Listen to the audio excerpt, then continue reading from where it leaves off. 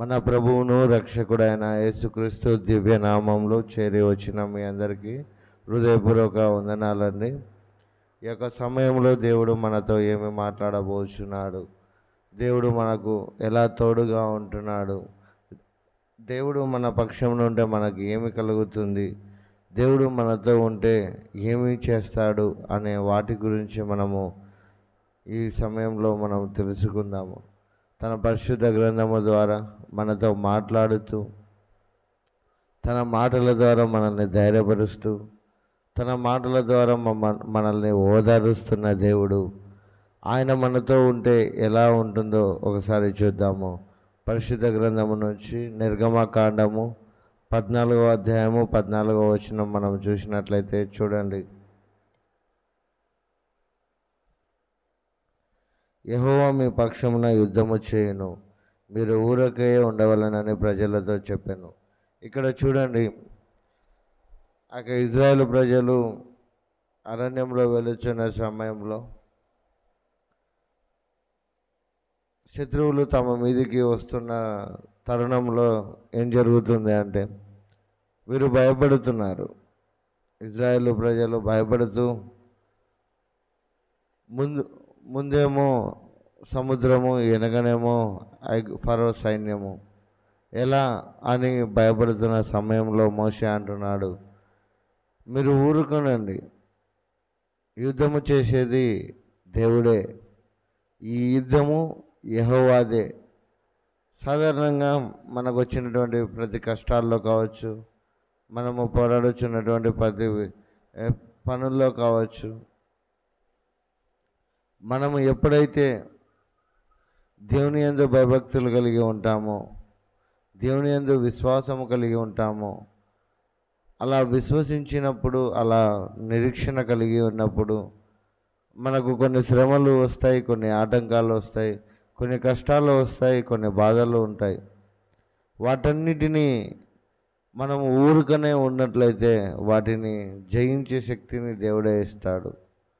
ఆనాడు వారికి కష్టం వచ్చినప్పుడు, ఆనాడు వారికి యుద్ధము చేయాల్సిన పరిస్థితి వచ్చినప్పుడు దేవాది దేవుడే యుద్ధము చేస్తున్నట్టుగా మనం చూస్తాము. ఎందుకంటే ఆయన మన పక్షమునున్నవాడు, ఆయన మనల్ని పట్టించుకున్నవాడు. అలా పట్టించుకున్నవాడు కాబట్టే ఆయన గొప్ప దేవుడు, ఆయన గొప్ప రారాజు, యుద్ధ నేర్పరి. అటు గొప్ప దేవుడు మనకు తోడుగా ఉన్నాడు. అలాగే మనల్ని ఎలా ఆదుకుంటాడు, ఎలా మనకు సహాయం చేస్తాడు అనే దాని గురించి మనం చూసినట్లయితే చూడండి. ఇర్మీయా గ్రంథము 29వ అధ్యాయము 11వ వచనంలో ఒక మాట అంటున్నాడు,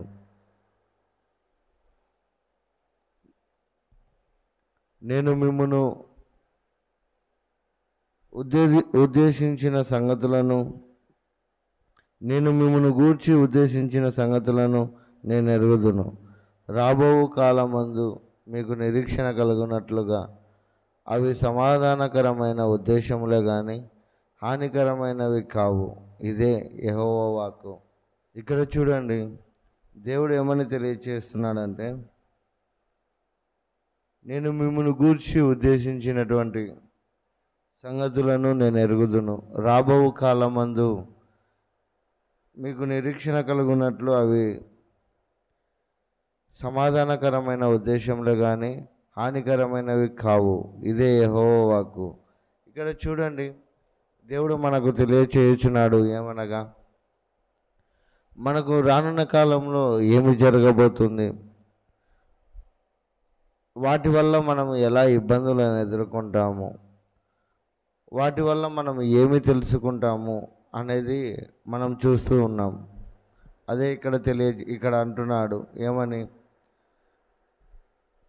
నేను మిమ్మల్ని గూర్చి నేను మీకు తోడుగా ఉన్నాను, రానున్న కాలంలో మీకు ఎలా సహాయం చేయాలో, వస్తున్నటువంటి ఇబ్బందుల నుంచి ఎలా విడిపించాలో వాటిని నేను ఎరుగుదును కనుక మీరు ధైర్యంగా ఉండండి, భయపడకండి.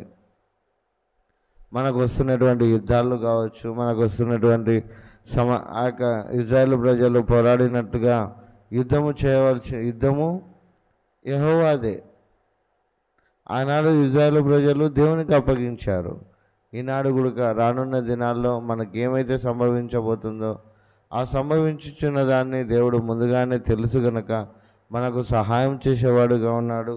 అలాగే మనల్ని ఎలా సిద్ధపరచాలో అటు సిద్ధపాటును దేవుడు దయచేసేవాడుగా ఉన్నాడు. అలాగే మనల్ని దేవుడు పట్టించుకుంటే ఎలా ఉంటుందో చూడండి. ద్వితీయోపదేశ కాండము 31వ అధ్యాయము.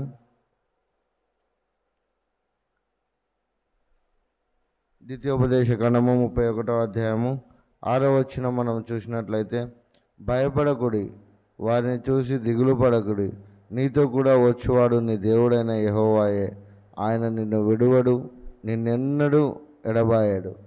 ఇక్కడ మనం చూసినట్లయితే చూడండి ప్రియులారా, దేవుడు అంటున్నాడు, వారిని చూసి భయపడకండి, వారిని చూసి దిగులు పడకండి, మీతో వస్తున్నవాడు సాక్షాత్తు నేనే, దేవాది దేవుడనైనటువంటి నేనే మీ పక్షంన వస్తున్నాను, నేనే మీకు ఆలోచనను చెప్తున్నాను, నేనే మీకు సహాయం చేస్తున్నాను, నేనే మీ యుద్ధాన్ని గెలిపిస్తున్నాను.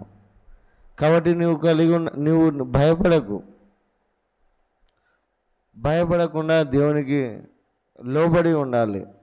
మనం ఎప్పుడైతే లోబడి ఉంటామో, మనం ఎప్పుడైతే దేవుణ్ణి హత్తుకొని ఉంటామో, అలా హత్తుకొని ఉన్నప్పుడు దేవుడు అద్భుతమైన రీతిలో మనకు తోడుగా ఉంటున్నాడు. అదే ఇక్కడ అంటున్నాడు, నిన్ను విడువను, నిన్ను ఎన్నడూ ఎడబాయను, కాబట్టి ధైర్యంగా ఉండు అంటున్నాడు.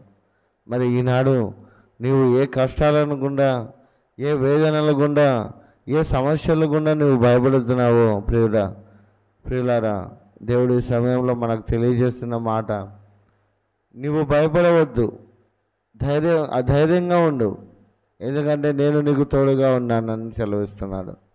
అటు దేవుడు మనకు తోడుగా ఉన్నప్పుడు మనం ఇంకా ధైర్యంగా ఉండి ఆయన యందు విశ్వాసం కలిగి జీవించాలి. అలా జీవించినప్పుడు మనకు దేవుడు ఏమి కలగజేస్తాడో చూడండి. యెషయా గ్రంథము 26వ అధ్యాయము.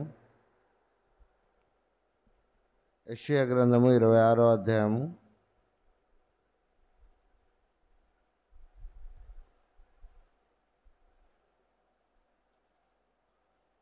యెషయా గ్రంథము 26వ అధ్యాయము 3వ వచనం చదవండి. ఎవని మనస్సు నీ మీద ఆనుకొనునో వానిని నీవు పూర్ణ శాంతి గలవానిగా కాపాడుదువు, ఏలైనగా అతడు నీ యందు విశ్వాసం ఉంచి ఉన్నాడు. ఇక్కడ చూడండి, మనము దేవుణ్ణి ఆనుకొని ఉన్నప్పుడు, మనము దేవుని సన్నిధిలో ఉన్నప్పుడు మనకు దేవుడు అనుగ్రహించేది మొదటిగా యుద్ధంలో విజయాన్ని అనుగ్రహిస్తాడు. రెండవదిగా రానున్న దినాల్లో మనకు సహాయం చేసేవాడుగా ఉంటున్నాడు. మూడవదిగా మనకు తోడుగా ఉంటున్నాడు. మనం భయపడుతున్న సమయాల్లో మనకు తోడుగా ఉంటున్నాడు. నాలుగవదిగా మనకు ఏం చెప్తున్నాడు అంటే, మనకు ప్రశాంతతను ఇస్తాడు, నెమ్మదిని కలగజేస్తాడు. ఎందుకంటే వస్తున్నటువంటి సమస్యలు కావచ్చు, వస్తున్నటువంటి బాధలు కావచ్చు, వాటి నుంచి మనకు నెమ్మదిని అనుగ్రహిస్తాడు. చూడండి, ఈ దినాల్లో కొంచెం కష్టం వస్తేనే, కొంచెం బాధ వస్తేనే, ఏదైనా మనకు ఆటంకంగా జరుగుతున్నప్పుడు మనం కోల్పోయేది ఏంటంటే ప్రశాంతత, నెమ్మది. ఆ నెమ్మదిని కోల్పోయినప్పుడు, ఆ ప్రశాంతతను కోల్పోయినప్పుడు దేవుడు అంటున్నాడు, ఇదిగో నేను నీకు ప్రశాంతతను ఇస్తాను, నెమ్మదిని కలుగజేస్తాను అంటున్నాడు. నిన్ను పూర్ణ శాంతిని కలవానిగా కాపాడుదును, ఏలైనగా అతడు నీ యందు విశ్వాసం ఉంచి ఉన్నాడు. ఎప్పుడైతే మనము విశ్వాసం ఉంచుతామో, ఎప్పుడైతే మనము దేవుని యందు భయభక్తులు కలిగి ఉంటామో, అలా భయభక్తులు కలిగి ఉన్నప్పుడు, దేవుని యందు విశ్వాసం ఉంచినప్పుడు మనల్ని ఏం చేస్తాడంటే పూర్ణ శాంతి గలవానిగా చేస్తాడు. అలా పూర్ణ శాంతి గలవానిగా చేయాలి అని అంటే ముందుగా మనము ఆయన యొక్క సన్నిధిలో విశ్వాసం కలిగి ఉండాలి, ఆయన యందు భయభక్తులు కలిగి ఉండాలి. అలాగే చూడండి, ఫిలిప్పీయులకు రాసిన పత్రికలో ఒక మాట అంటున్నాడు. ఫిలిప్పీయులకు రాసిన పత్రిక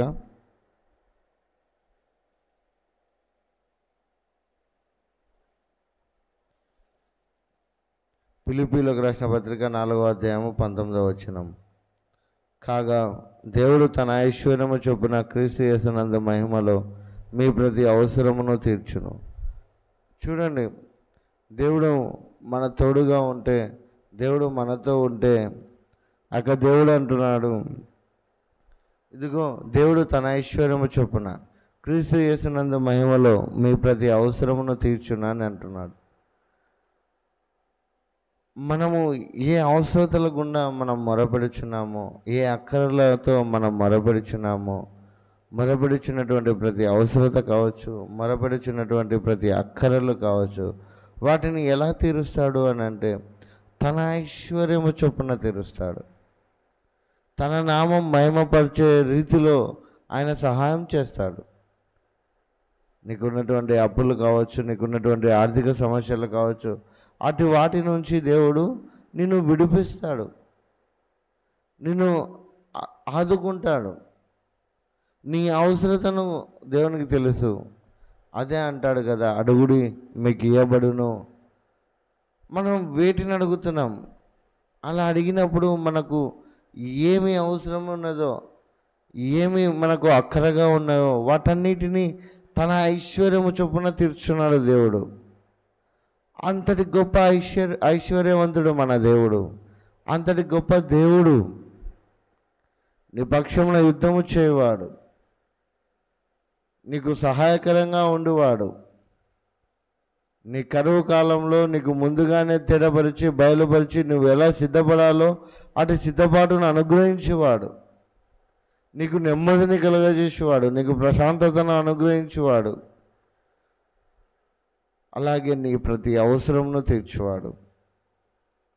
అటు దేవుణ్ణి మనం కలిగి ఉన్నప్పుడు మనం ఏ విధంగా ఉండాలి? నిబ్బరము కలిగి ఉండాలి, ధైర్యముగా ఉండాలి. అన్నాడు యెహోషువతో అంటాడు కదా, నా సన్నిధిలో నీవు తప్పిపోక నిందారహితంగా నిర్భయంగా ధైర్యంగా ఉండు అని అంటున్నాడు.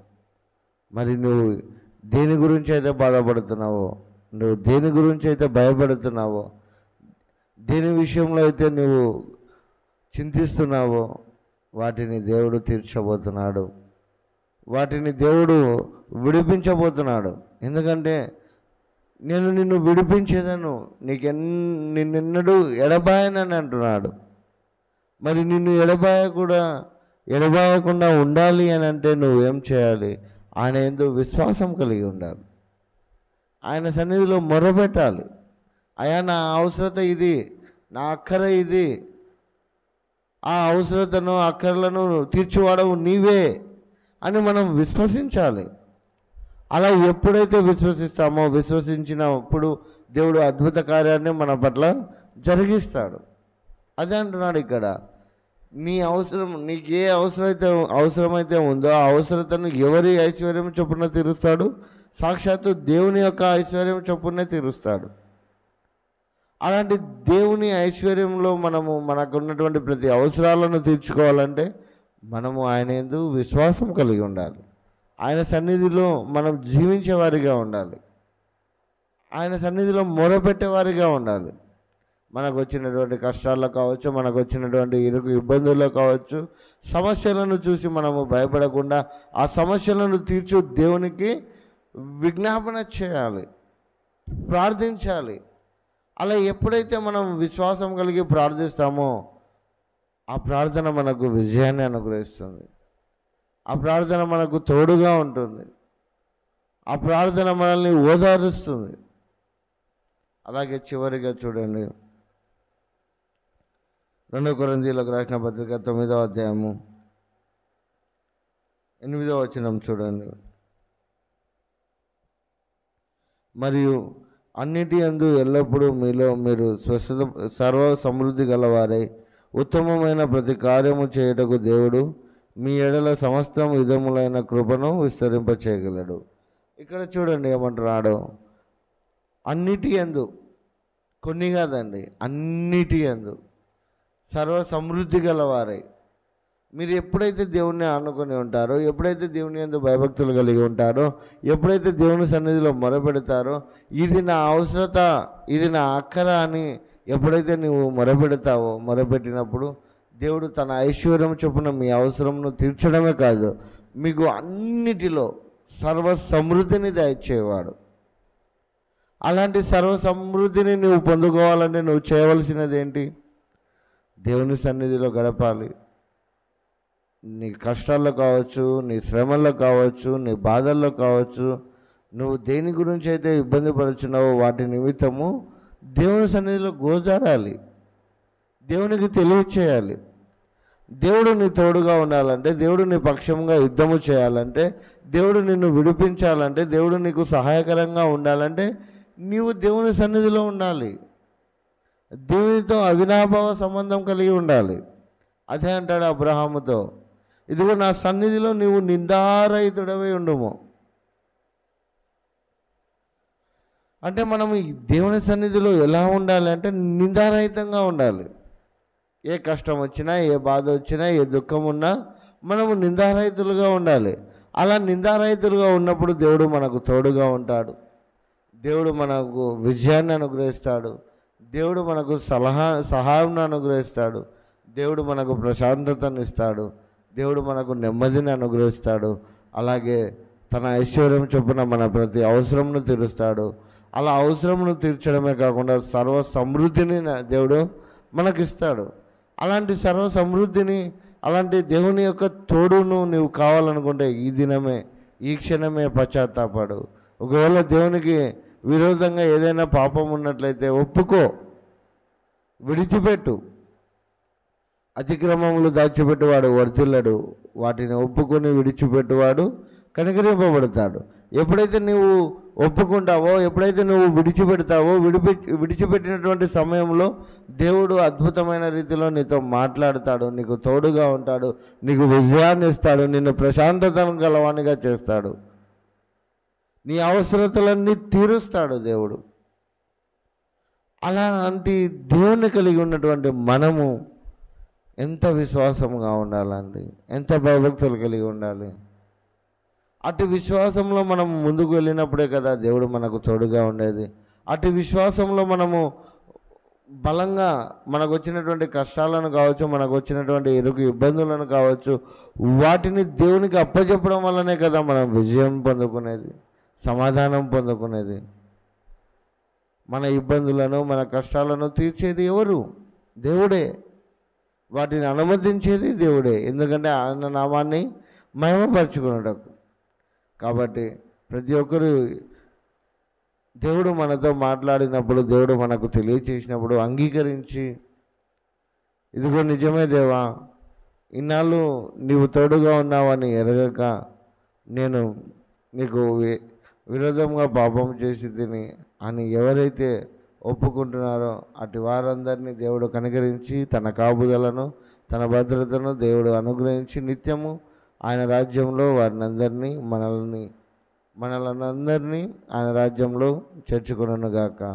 ఆమేన్. ప్రార్థన. మహాపరిశుద్ధుడు అయిన ప్రేమ కనికరము కలిగిన తండ్రి, కృప కలిగిన దేవ, ఈ సమయంలోనైనా సూటిగా స్పష్టంగా మాతో మాట్లాడినందుకు మీకు స్తోత్రాలు తండ్రి. అయా నీవు తోడుగా ఉంటే, నీవు అండగా ఉంటే నాయన ఇదిగో మాకు విజయము చేకూరుతుంది, నాయన ఇదిగో మాకు సహాయము కలుగుతుంది. ముందున్న రోజుల్లో ఏమి సంభవింపబోతుందో వాటి గురించి ఎరిగి నువ్వు కావాల్సినటువంటి అవసరతను నాయన నీవు తీర్చివాడవు. అలాగే తండ్రి, నిన్ను ఆనుకొని ఉన్నప్పుడు నాయన మేము నెమ్మదిగా ఉంటాము. నిన్ను ఆనుకొని ఉన్నప్పుడు నీవు మాకు తోడుగా ఉంటున్నావు. మమ్మల్ని విడవక ఎడబాయక నాయన నిత్యము నీ కృపలో భద్రపరుచుకుంటున్నావు. అందుని బట్టి నాయన నీకు స్తోత్రాలు తండ్రి. అయా ఈ సమయంలోనైనా విత్తబడిన వాక్యము ప్రతి ఒక్కరి హృదయాల్లో ఫలింపచేసి నైనా అనేకులకు నైనా స్ఫూర్తిదాయకంగా, అనేకులకు నైనా మాదిరికరంగా జీవించేలాగా కృప చూపించమని, నీవే తోడుగా ఉండి నీ కృపలో భద్రపరుచుకొని ఈ దినమంతా నీ కాపుదలను అనుగ్రహించమని మా ప్రభువును రక్షకుడైన యేసుక్రీస్తు అతి పరిశుద్ధ నామం పేట మిక్కిలి వినయంతో అడిగి వేడుకొనిచున్నాము తండ్రి. ఆమేన్. అందరికీ వందనాలండి.